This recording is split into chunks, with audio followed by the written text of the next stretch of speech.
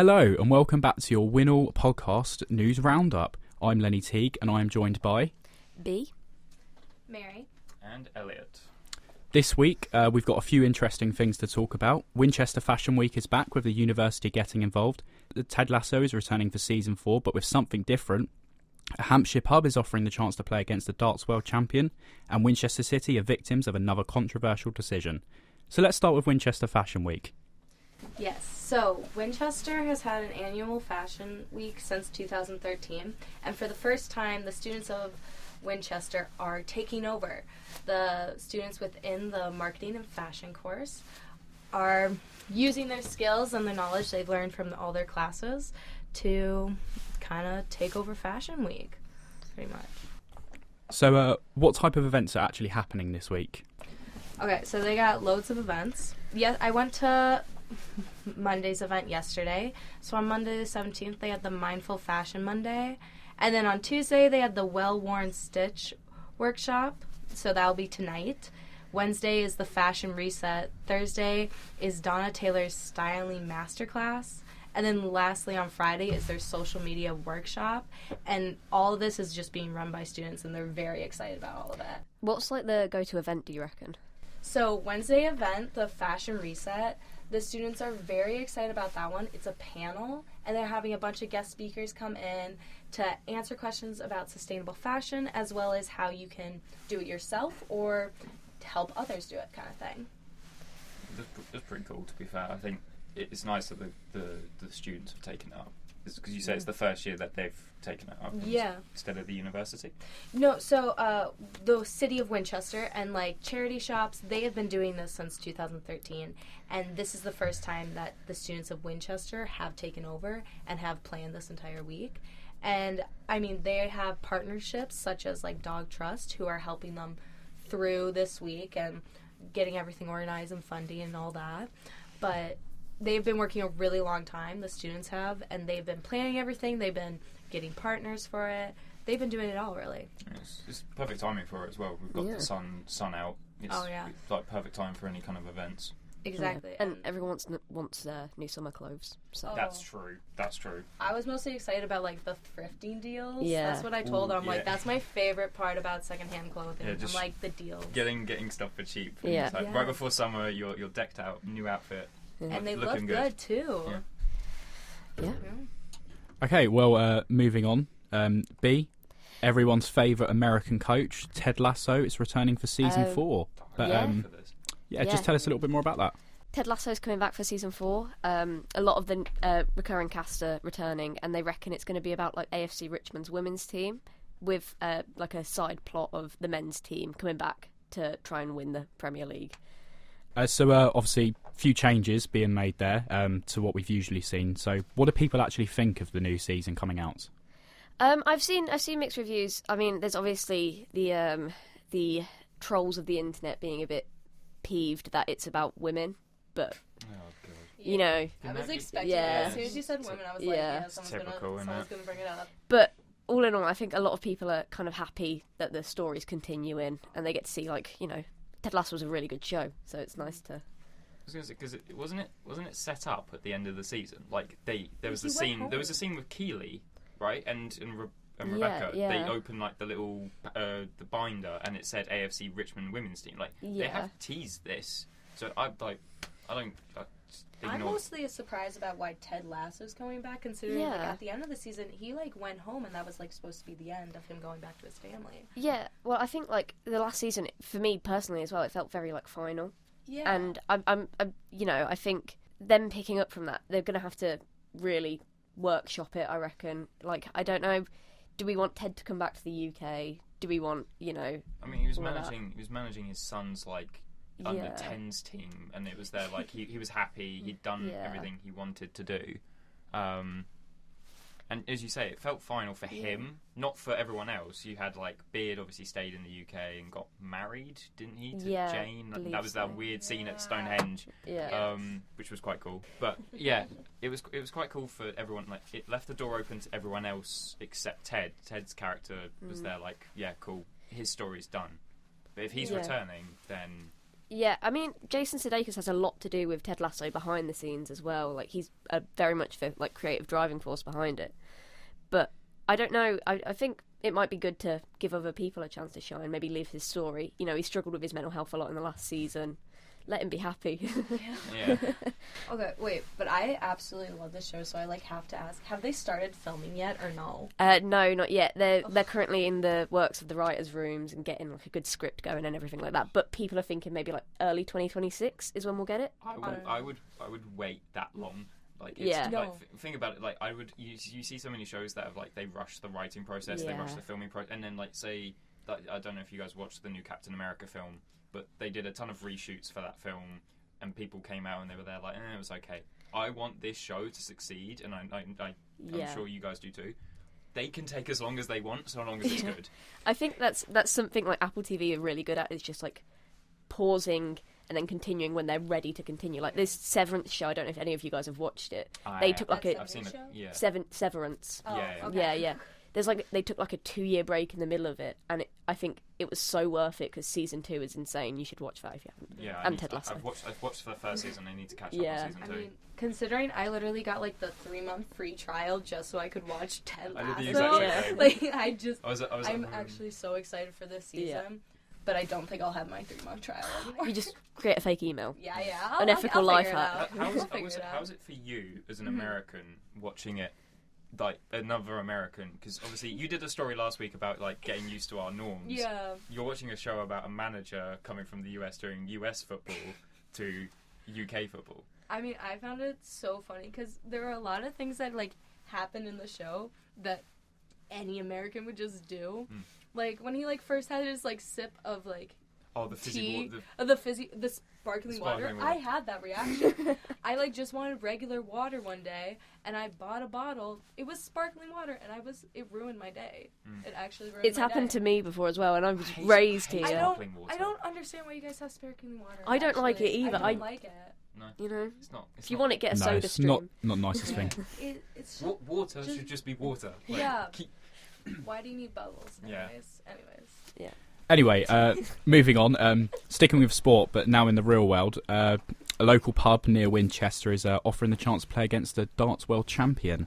So the Cricketers Inn in Easton, it's a little village just outside of the city, has entered the Cool Hand Cup, which will see entrants compete to play against world number 1 and former world champion Luke Humphreys. So what will the players have to do to win? So they'll be competing to play around the clock, which is a game where you have to hit each number on the dartboard in an order and finish on the bullseye. But obviously that might sound easy, but they've got to be timed to do it. And the 2 fastest players in each region, they'll be entering into a final tournament. Did you say region as in like across the whole of the? Yeah. So it's going across the whole of the UK. Yeah. So each region, so I imagine Hampshire would be classed as the southwest or just south. So yeah, 2 fastest players in each region, they'll go through to a final tournament. Yeah, that'd be quite cool because I suck at darts, so I know how hard it would be, especially if you're under time pressure. I've been to Flight Club once and never again. I mean, I grew up playing darts, but I'm terrible at it. But like, what would people win? Like, is it like a competition where you would win prizes kind of thing? Yeah, so there are a range of prizes to be won. So the actual structure of the competition is, like I say, so the 2 fastest in each region go through to a final tournament. And at first, when I read about this, and I'm sure a lot of people misunderstood this, is that Luke Humphreys is actually going to be at the pub in Winchester. Yeah. He's not. So people will just be competing in pubs all across the country. There's over 700 pubs that are involved. And then it will just be the select few make it through. Are there officials to this? Because it's not like you're going to go to just a random pub by yourself and go, right, oh, I did it in 10 seconds. I'm through to the final. Just claim it. Yeah. There's not. Start doing that.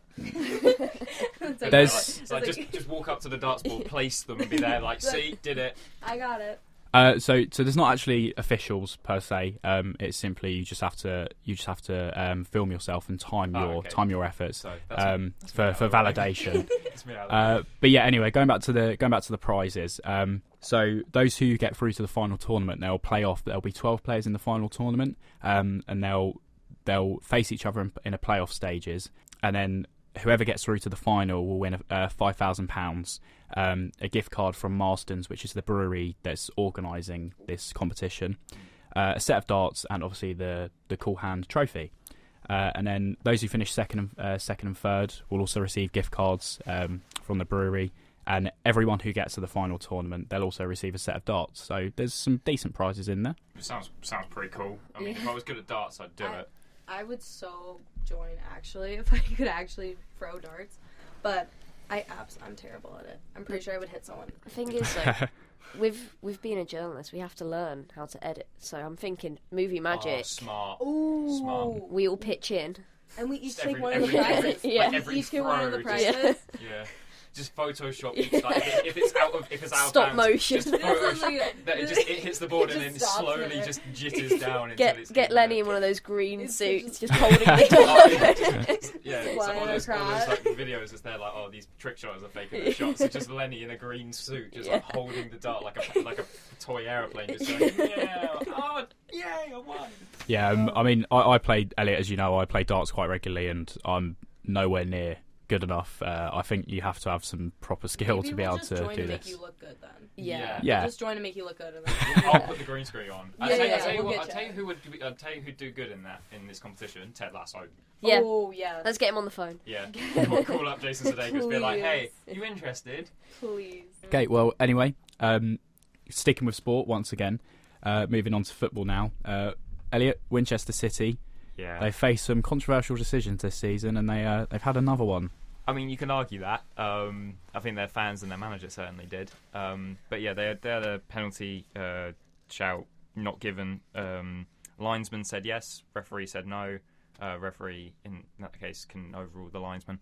And, they said no, it's just a standard contact in the box, nothing warranting a penalty. Winchester's manager, Craig Davis, was far from pleased. And what made it worse is that was in the first half, and when it was 0-0 and they ended up losing that match 2-0. And yeah, it doesn't put them in the best position league-wise going forward. So yeah, not the best day to be a Winchester City fan. So obviously you say Craig Davis, the manager, wasn't particularly pleased. What were his actual thoughts? What did he say after the game? He was far from happy. More so about the result. Obviously, that leaves them 17th, right, literally in the last place that's safe. Obviously, bottom four teams get relegated, so his team are just about safe. But yeah, they lost to a team that's actually in the relegation zone at the moment, Tiverton Town. So it's a worrying result for him, for them. But he was far from pleased. He said it was outrageous. If I was to paraphrase, he said that it was a stonewall penalty. Said that it was a clear penalty, and he was far from happy with the referee. And he was disappointed that the lino didn't try and fight the case more. You said the line ref called the penalty, and the center ref just didn't agree with him. Okay, so that has happened to me before, and I know the feeling. It is so when one ref calls it, and then the center ref's like, no, and it's like, come on. Yeah, I think obviously with football, you have the linesman who normally calls throw-ins, corners, offsides, but they also do have to watch they have to watch anything that happens in their half, including penalties. So when he gave it, the fans kind of cheered, and they were there like, yes, they see the lino's flag, but then they see the ref do the motion of crossing his hands and goes, no foul, play on. And there was a brief moment because Tiverton got the ball away, kicked it long up the pitch, and you thought, are they going to stop the play and walk over to each other and talk? There was none of that. Ref just said, nope, gonna overrule you here. I'm just over the fact that for some reason I always trust the line refs more than the center ref, because the center ref has so much going on around them, and that the line refs are just chilling on the line, running back and forth, and it always teed me off whenever the center ref just never listened. I think you in sport, you want the decision to go against you. Yeah. Again, the fact that the fans saw the linesman go penalty, it was the elation followed by the instant, oh, are you kidding me? Because the ref said no. Yeah, I mean, as someone who's most of my knowledge from football comes from Ted Lasso, does this mean like Winchester are going to be like relegated or anything like that? In terms, do I think that they're going to get relegated? I don't. I think that they've got a good team. I think that they do have a good manager. It's still early on. There's still quite a few games left. Their final game is actually on the 26th of April. And that's a home fixture, which would be big for them, depending on any circumstances they find themselves in. I'd love for them to stay up. Obviously, local team to us. The fans are great. I've gone so many times now that I've kind of got embedded, and it's really cool to see so many familiar faces every time I'm there. And they're so welcoming, and it's such a nice football club. I mean, it's a low division, and you would think that, not many people are going to turn out to watch this. There's a lot of people there, and you would kind of think, this is actually going to be not on obviously the scale of a Premier League team, but yeah, there's a significant amount of people there to watch and cheer on. Well, I have to ask, considering you were actually at the game, was it a penalty in your own professional opinion? Like, was it a penalty kick? I mean, as someone that likes Winchester, I'd say yes. But as an unbiased person, it wasn't. It was. Oh, really? So to describe what happened, ball goes over the top. Defender kind of puts his shoulder into the back of the attacker because they're both kind of going for the ball. Attacker falls down, claims penalty. Defender shrugs it off. Do I think another ref would have given it? Yes. Do I think it was a clear penalty? No. I think it was one of those ones that you just go with the ref's decision on. Unfortunately, if the ref gave a penalty, you could try and argue it. But the fact that he didn't... Well, I guess from what you've said, Elliot, it wasn't all that controversial after all. No, it was controversial to the fans and to the manager. But Tiverton are happy they walked away with the 3 points. And as I say, it leaves Winchester just above the drop zone. Okay, and with that, unfortunately, we've run out of time. But that has been your weekly Winol News podcast roundup. Thank you for joining me, guys. Yeah, final one. Thank cool. you. Thank you very much for listening. Bye. See ya.